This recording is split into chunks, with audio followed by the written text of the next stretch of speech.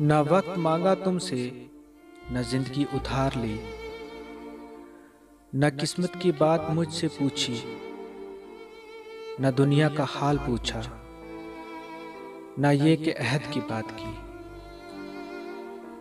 जो कुछ था तुम्हारे इख्तियार में था, मेरे बस में कोई एक लम्हा भी ना था। मैं महकूम तुम्हारा दुनिया जीने चल पड़ा, फिर इसी दुनिया में आंख खुली और इसी ने राह दिखाई। सितारे बामे फलक चमकते रहे, सूरज चांद भी दूर से तकते और चलते रहे, मगर मेरा सफर मुसलसल जारी रहा। ये दुनिया जिस सिमत जाती रही, मैं नक्शे पा की धार पर चलता रहा। दुनिया से बगावत बहुत बदनाम है, मैं इस इल्जाम से बचता रहा।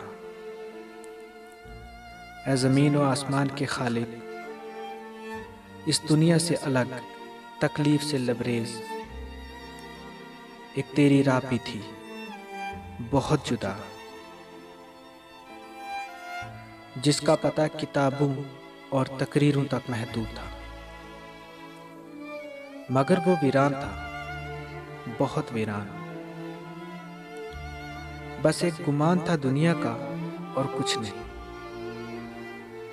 ये दुनिया भी तेरी थी, रास्ता भी तेरा, अबलीस भी तेरा, लालचें भी तेरी, और लातादाद आजमाइशें भी तेरी।